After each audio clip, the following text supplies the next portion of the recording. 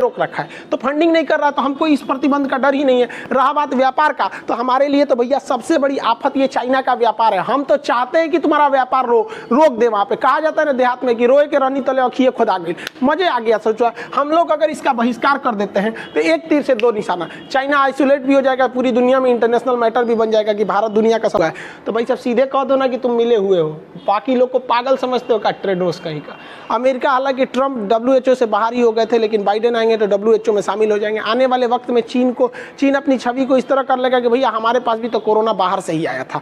अब वो अपना पल्ला झाड़ना चाहता है चाइना, उसमें WHO भी इनकी मदद कर रहे हैं। हालांकि चाइना ने भी कोरोना की वैक्सीन बनाया, लेकिन चाइना में बहुत जल्दी मई के महीने में ही 2020 में जब पूरी दुनिया में कोरोना फैल रहा था, तो उस समय चाइना में कोरोना खत्म हो गया था। तो चाइना के पास कोरोना के मरीज नहीं रहे, जिस वजह से चाइना अपनी वैक्सीन को बना के टेस्ट किस पे करे, तो वैक्सीन पर चाइना जो है ये फादर ऑफ कोरोना, टेस्टिंग की असुविधा हो रही थी। इसलिए चाइना ने अपनी वैक्सीन को ब्राजील में कहा कि आप लोग हमारी वैक्सीन को ट्रायल में हिस्सा लीजिए। तो ब्राजील वालों ने कहा कि भाग यहाँ से, तोरा वैक्सीन ना लेंगे। मोदी जी को फोन किए, अपने वैक्सीन भेजेंगे।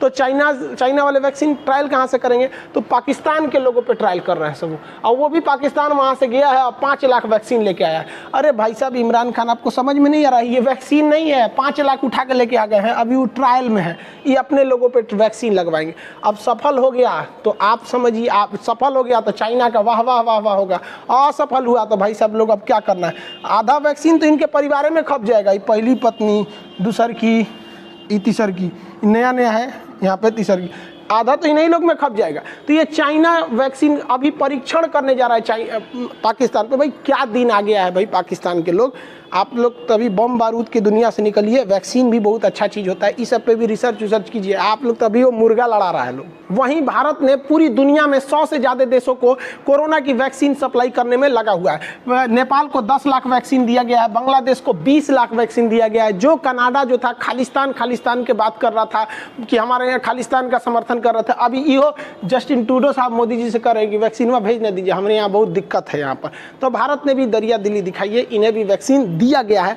दुनिया में सबसे ज्यादा लगभग 100 देशों को भारत है वैक्सीन को प्रोवाइड करा रहा है, और बहुत दूर तक वैक्सीन प्रोवाइड करा है। कैरेबियाई देश में हम आपको बताए थे कि यहाँ एक हिस्पेनियोला नाम के देश द्वीप है, जिसके एक और डोमिनिकन है, दूसरी ओर हैती है। तो यहाँ से एयर इंडिया के विमान में डोमिनिकन नाम के देश पर 35,000 वैक्सीन के डोज दिए गए हैं। तो आप कहेंगे कि 35,000 डोज में क्या होगा, तो भाई साहब डोमिनिकन की जनसंख्या ही है 72,000, तो आधे लोगों को तो यहाँ पे वैक्सीन एक के बार में लग गया। एयर इंडिया की जहाज लेके पहुंच गई। देखिए यहाँ हमारा तिरंगा झंडा है, ये भारतीयों के लिए इससे बड़ी बात क्या हो सकती है कि एक वैक्सीन जब इंडिया से डोमिनिकन पहुंचा तो वहां के प्रधानमंत्री जो थे खुद एयरपोर्ट पर आए थे। देखिए अपने हाथ से निकाल रहे थे जहाज में से वैक्सीन, जल्दी जल्दी निकालिए और सबको लगाओ यहाँ पर। तो हम लोग की वैक्सीन पूरी दुनिया में जारी है। अब चाइना को इसके लिए एक निगेटिव असर पड़ रहा है, क्योंकि लोग को पहले उम्मीद था, पहले तो चाइना से दुश्मनी है कि भाई साहब तूने पूरी दुनिया को रुला के रख दिया कोरोना वायरस को लेकर, और भारत जो है वो पूरी दुनिया में कोरोना वैक्सीन का एकदम अग्रणीय बन गया है। सभी देशों को जरूरत है भारतीय कोरोना वैक्सीन का,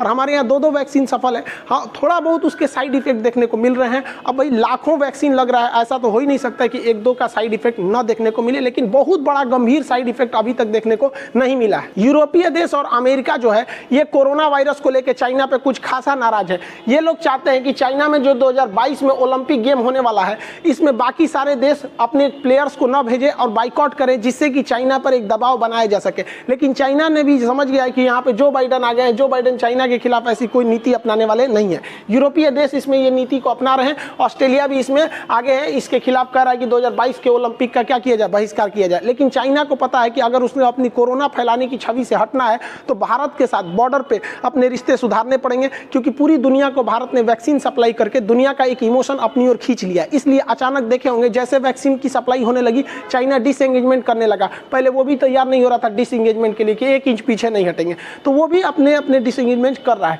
लेकिन वो खुलेआम धमकी दे दिया है कि अगर कोई भी देश चाइना के ओलंपिक का विरोध करेगा तो चाइना उसके खिलाफ प्रतिबंध लगाएगा। चाइना 2 तरह के प्रतिबंध लगा सकता है, उस देश को पैसे देने से रोक सके। तो चाइना ने बहुत ही ज़्यादा अमाउंट में BRI project, belt and road initiative, 1 belt 1 road के इनिशिएटिव के तहत बहुत सारे देशों को कर्जा दे रखा है। चाइना क्या करेगा, वो पैसा बीच में रोक देगा। तो पैसा अगर बीच में रोक दिया तो घाटा ये होगा कि आपको तो उतना का ब्याज चुकाना पड़ेगा, और जिस प्रोजेक्ट के लिए आपने पैसा लिया था, मान के चलिए एयरपोर्ट बनाने के लिए या ब्रिज बनाने के लिए या कोई कंपनी खोलने के लिए, आधे पे पैसे रुक जाएंगे तो आपका तो वो प्रोजेक्ट भी डूब गया, पैसे पे ब्याज भी लग रहे हैं, तो एक दिक्कत हो जाएगा। तो बहुत सारे देश, लगभग 80% देश तो डर गए भैया हमारा पूरा का पूरा प्रोजेक्ट अटक जाएगा। दूसरे तरह का प्रतिबंध चाइना लगा देगा कि हमारे देश से आप व्यापार नहीं कीजिए। तो भारत को तो इस बार बहिष्कार करना चाहिए ओलंपिक का, जिसके 2-3 रीजन है। इस बार कोरोना की वजह से भारत का ओलंपिक में कुछ उतना सा पकड़ भी नहीं रह सका है, और भारत भाई ओलंपिक में हम भी अब धीरे धीरे जा रहे हैं, लेकिन आपको भी देखते होंगे कि ओलंपिक में हमारा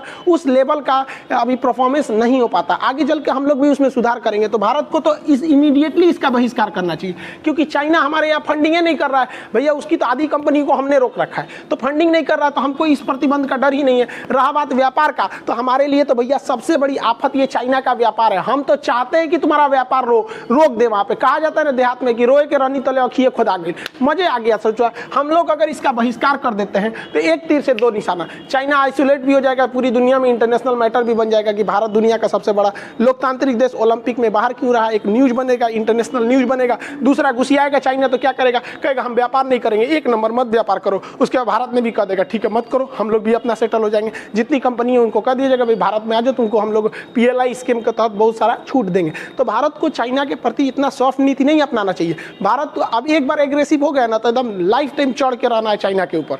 आगे आप क्या सोचते हैं, आपका क्या राय है कि भारत को ओलंपिक का बहिष्कार करना चाहिए कि नहीं करना चाहिए, आप कमेंट करके बताएंगे। मिलेंगे नेक्स्ट क्लास में। जय हिंद।